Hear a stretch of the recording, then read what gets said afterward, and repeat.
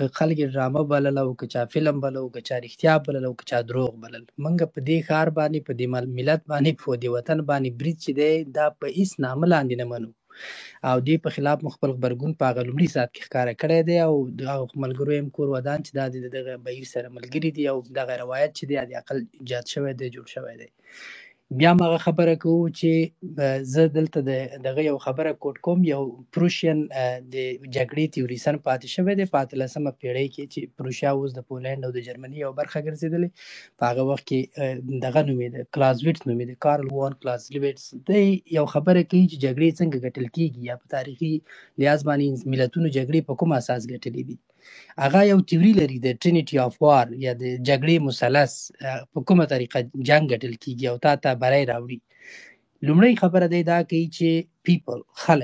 خلک د چا سره دي د جګړې په اړخ کې له تا سره موافق دي د دې جګړې دپاره که نه. دومه خبره دی د فورسز کوي قوا یا پوځ چې دی هغه د چا په طرف دی تا سره په دې جګړه کې اجماع لري که نه لري. او دریمه خبره دی د پالیسي کوي چې پالیسي کې بیا دولت او سیاستوال یا پوزیشن او اپوزیشن دواړه راځي. دی وایي چې دغه درې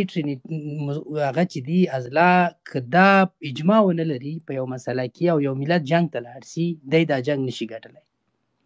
د جنګ د ګټلو دپاره چې کله ته د یو بل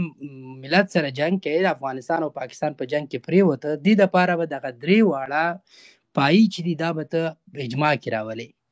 خلک به مکملا ستا سره په دې جګړه کې ملاتړ کوي او د خلکو رضایت اخیستل چې دي هغه نهایت ضرور دي. که دا یوه پایه تا سره په اجماع کې نه وي ته دا جنګ نشي ګټلی. دومه خبره د قواو مورال دی د قواو اراده ده د قواو ظرفیت دی د قواو امپاور کول دي هغو ته هغه ټول ضرورتونه ورکول او مورال تر ټول نه مهمه خبره چې هغه ویل ولري اراده ولري چې دا جنګ دی وګټي. او دریمه خبره پالیسي او تګلاره ده. تګلاره دولت جوړوي طبیعي خبره ده سیاستوال جوړوي. دغه پالیسیان ستا څه شی دي په دې باندې ملګرو په تفصیل کې وغږېدل. چا ویل ملګرو ملتونو سره تماس ونیسئ چا ویل OIC ته لاړ شئ چا ویل متحده ایالاتو ته ووایئ چا څه. دا ټول هغه فاکتورونه دي چې باید دا درې واړه سره راټول شي بیا دا جنګ مونږ ګټلی سو. د ملت رضایت نهایت مهم دی لږ نه بیخي ډېر مهم دی. لومړی پایه د ملت رضایت دی چې دا ملت تا سره په دې جنګ کې ولاړ دی که نه دی ولاړ. زمونږ هیله دا ده چې ملت باید په دغه جنګ کې دا جنګ مونږ ته را په غاړه دی دا په مونږ تحمیل شوی دی. دا تیری افغانستان نه دی کړی دا تیری پاکستان کړی او دا تیری د پاکستان د سردار داود خان د مونږ ابروز پرې په تفصیل سره وغږېدو چې د هماغې ورځې نه دا تیری روان دی دا سرکل دی خو اوس مستقیم راغی او په مختلفو نومونو باندې هر هغه څوک چې غولولی دی په 2 ورځ چې کابل ته را رسېدلی سر خلاص شوی دی چې ووایي ده خو زه دوکه کړی یم. دا مجاهدین ول چې بیا د جمهوریت په نامه باندې واکمن شول 20 کاله دی غولولی او بیا هغه د طالب په خلاف جنګېده. بیا طالب چې کابل ته راغی د په سر کې اوس دا دغه شوی چې ووایي ما په خلاف هلته داعش جوړوي. دا قصه روانه ده او موږ باید نور په دې لومو کې وننخلو د یو ملت په توګه د پاکستان او اتحاد نهایت ډېر ضرور دی. نو یو خبره. دومه دا ده چې تګلارې باید اصلاح شي. دې دپاره واقعیت اړتیا ده. دغه دولت دغه څوک چې اوس فعلا په افغانستان کې حاکم دي دی رښتیا غواړي چې د یو ملي دغه درې اضلاع پوره کړي دغه جنګ ګټل غواړي که نه دا جنګ ما ته ښکاري اوږدېدونکی دی. معلوم به سي چې دا څه کېږي خو د پاکستان ارادو ته په کتلو باندې ځکه د 2 وارې د هغه نه سرغړونه کول د اوربند نه سرغړونه کول دا چې دی تر شا څه آداب لري څومره یې اوږدوي خو د هغه ونه که د عقل احترام یې ونه که اوربند ته احترام ونه که. نو را په غاړه ده دا جګړه او د دې جګړې را په غاړه کېدل څو کارونه باید وسي. زه مشخصا ځکه نور ملګري م خبرې کوي زر یو څو ټکي وایم. مونږ ته پروپاګنډې ته ضرورت نشته دی. پروپاګند تبلیغاتو دروغو ته ضرورت نشته دی. یوازینی شی چې باید وسي هغه د حقایقو په زر تر زره رسولو کې. پاکستان تیری کړی پاکستان دې ته وایي چې نه دا تیری افغانستان له طرف نه ده شوی. تیری پاکستان د عبدالله سرولاري کې په لومړي برید کې کړی جنګ له هغه ځای پیل شوی. دا خبره باید هایلایټ سي. پاکستانی رسنۍ پاکستانیان چې دي هغه داسې ښیي چې ګویا دا جنګ په ډیورن په کرښه باندې شوی دی. د ډیورن په کرښه جنګ نه دی شوی وروره. جنګ هغه ورځ پیل شو چې په ماښام کې په کابل کې تا عبدالله سرولاری وویشته او په دې نامه دې وویشته چې ګویا دلته د مفتي نورولي مسعود چې بیانه و او ټول ثبوتونه موجود دي. اوس موږ په دې دا علم ده چې دغه رسنۍ چې دي دا لینکونه زر کاپي کړي دا یو ډیټابیس ته واچي ځکه دوی بیا اکثره یو څه چې وکړي کلیم وکړي بیا وروسته ډیلیټوي ړنګوي او د دوی غیر رسمي اکاونټونه دي چې د هغې دپاره زموږ د سایبر ډېر متخصصین په افغانستان نه باندې شته دی، د هغې آی پي ګانې اخیستلی شي. اکثریت اکاونټونه د جي ایچ کیو نه او د پېښور د بلاحصار نه چلول کېږي. تر شای خلک معلوم دي چې څوک چلی، حتی په ځینې خلک په بهر کې په داخل کې ورته خدمت کوي، همدغه اکاونټونه ورته چلی په مستعارو نومونو باندې. بیا هغه د آی اس پي آر افیلیټډ اکاونټونه دي، مستقیم نه دي چې رسمي اکاونټونه، خو ټول د آی اس پي آر په ماشینو باندې د آی اس پي آر کارمندانې چلی. دغه شیان چې دي دا باید د ثبوتونو سره، دا خو ډېره ساده خبره ده چې دا اکاونټ د کوم ځای نه کنیکټ دی، دغه څوک دی، په کوم دفتر نه چلیږي.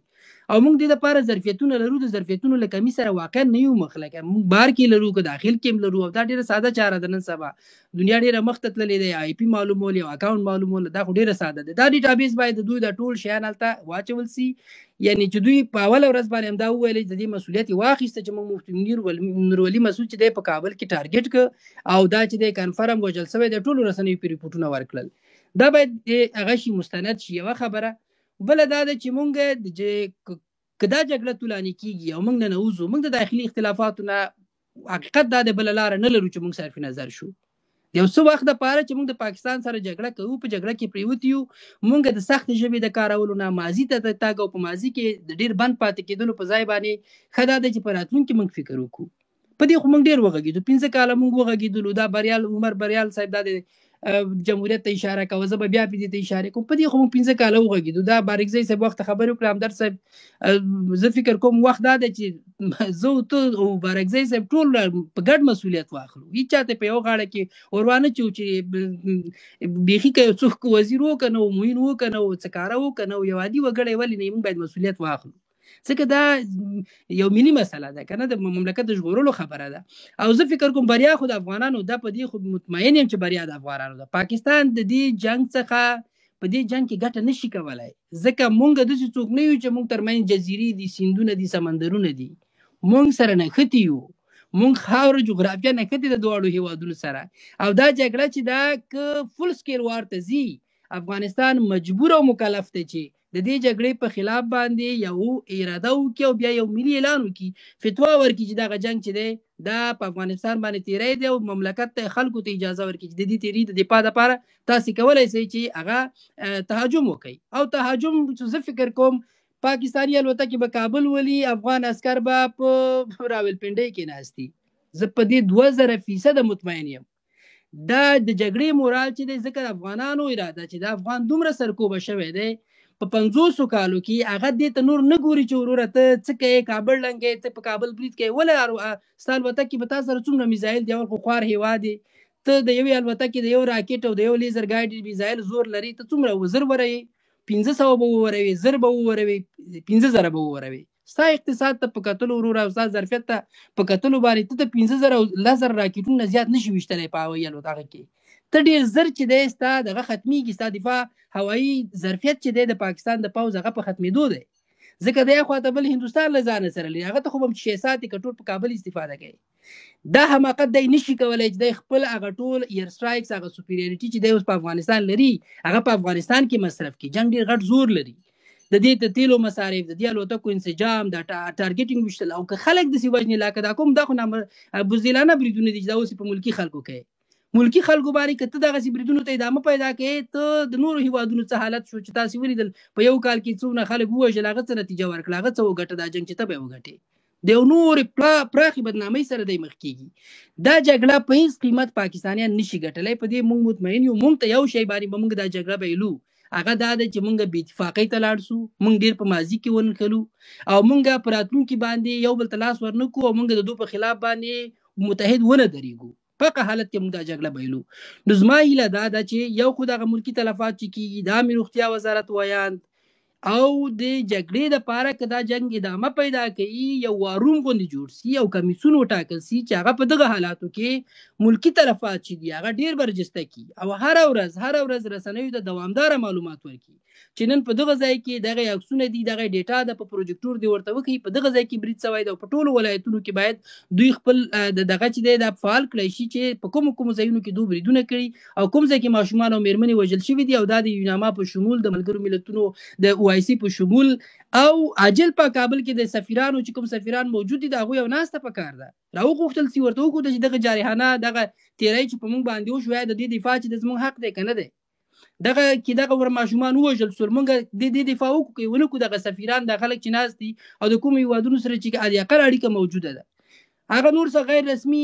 سفارتونه چې د جمهوریت د وخت دي هغه سفیران دي په خپل هیوادونو کې دا کار وکړي چې دا تیری خو په افغانانو په ملکی خلکو دی او دا تیری چې دی په دې مسله کې د پاکستان چې دی دا روایت او دا دعوه غلطه ده. که د متحده ایالاتو خبره ده متحده ایالاتو سره ته د دوحې ډیل لري رښتیا خبرې نن به اوس سپینې خبرې به سره کوو ته د دوحې ډیل ته مراجعه وکړه چې ته د پاکستان سره ستا موافقه موجوده ده که نه ده موجوده که موافقه دې ورسره موجوده وي په دې مسله کې نو دا خو مونږ د تضمین کړی دی مونږ خبره کړې ده چې د متحده ایالاتو ګټو ته د غرب ګټو ته د هیڅ امنیت ته ګواښ نه پیښیږي او دا د اوس خلک سپیناوي ورکړي چې دا ګواښ دوی پیښ کړی که یې نه ده پیښ کړی خپل وضاحت دې ورکړي ملګرو ملتونو ته دې ورکړي او متحده ایالاتو ته دې ورکړي که یې نه ده پیښ کړی نو د دې پوښتنه دې بیا وکړي دا جرأت دې بیا ولري چې بیا ته ولې پاکستان زما په خلاف حمایه کوي که یې نه حمایه کوي بیا ورنه دا هیله وشي چې دغه جګړه خو په موږ تیری د زموږ ملاتړ ته راودانګي موږ خو 20 کاله په د یوې جګړه کې نه ننوتلو د هغه نه مخکې 20 کاله په بله جګړه کې پرېوتو اوس په یو بله جګړه کې ننوځو عربستان سره چې ځان د اسلامي نړۍ د قیادت او د رهبرۍ خلک بولي هغو سره خبرو چې تا د پاکستان سره